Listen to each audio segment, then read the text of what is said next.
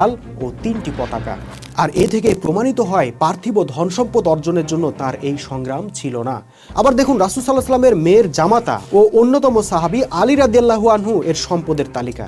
তিনি যখন রাসূলের কন্যাকে বিয়ের প্রস্তাব দিলেন তখন রাসূল সাল্লাল্লাহু আলাইহি ওয়াসাল্লাম তাকে জিজ্ঞেস করলেন, হে আলী, তোমার কাছে কি আছে? বিয়েতে কিছু খরচ হবে তো? আলী রাদিয়াল্লাহু আনহু বললেন, ইয়া রাসূলুল্লাহ, তেমন কিছুই তো নেই, থাকার মধ্যে আছে শুধু একটি ঘোড়া, একটি তলোয়ার ও একটি লোহার বর্ম। তখন আল্লাহ রাসূল আলী রাদিয়াল্লাহু আনহুকে লোহার বর্মটি বিক্রি করে বিয়েতে খরচ করতে বললেন, কারণ তরবারি বিক্রি করলে আলী রাদিয়াল্লাহু আনহু আর যুদ্ধ করতে পারতেন না, কিন্তু বর্ম ছাড়াও যুদ্ধ করা যায়। বন্ধুরা খেয়াল করুন, আলী রাদিয়াল্লাহু আনহু কে ছিলেন? তিনি ছিলেন রাসূল সাল্লাল্লাহু আলাইহি ওয়াসাল্লামের অন্যতম সেনা কমান্ডার। তারই ব্যক্তিগত সম্পত্তির যদি এই দশা হয় তাহলে অন্যদের কি অবস্থা ছিল তা বুঝতে আর বাকি থাকে কি? তার মানে শুধু রাসূল সাল্লাল্লাহু আলাইহি ওয়াসাল্লামই নয়, তার সঙ্গী সাথীদেরও পার্থিব সম্পদ বলতে কিছুই ছিল না, শুধুই ছিল যুদ্ধের উপকরণ। বন্ধুরা, এই কেমন যুদ্ধ! তারা একের পর এক যুদ্ধ করছেন, লক্ষ লক্ষ মাইল এলাকা বিজয় করছেন, শাসন করছেন, কিন্তু কোনো সম্পদ লুণ্ঠন করছেন না, আজকের মতো সাম্রাজ্যবাদী উদ্দেশ্যও হাসিল করছেন না। তাহলে কিসের লক্ষ্যে এই জীবনের ঝুঁকি নিয়ে রণাঙ্গনে পড়ে থাকা? আসলে তাদের লক্ষ্য ছিল একটাই, আল্লাহর জমিনে আল্লাহর দ্বীন প্রতিষ্ঠা। আর এই লক্ষ্য নির্ধারণ করে দিয়েছেন আর কেউ নন, স্বয়ং আল্লাহ রাব্বুল আলামিন।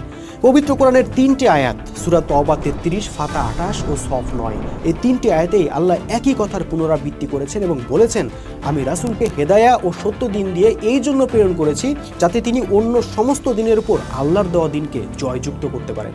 বন্ধুরা, এই আয়াতটি পবিত্র কোরআনের অন্যতম গুরুত্বপূর্ণ একটা আয়াত, কেননা এখানেই আল্লাহ তার রাসূলের মিশন নির্ধারণ করে দিয়েছেন।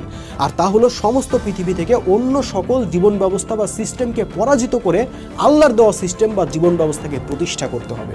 বন্ধুরা, একবার কল্পনা করুন তো, সারা পৃথিবীর সকল মানুষ ঐক্যবদ্ধ হয়ে গেছে, সারা মানবজাতির একজন নেতা এবং জীবন বিধানও একটা, আল্লাহর কোরআন দিয়ে পুরো পৃথিবী পরিচালিত হচ্ছে।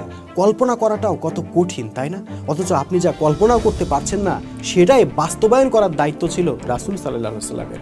আল্লাহ রাসূল ভালোভাবে জানতেন এই মিশন এক বৈপ্লবিক মিশন।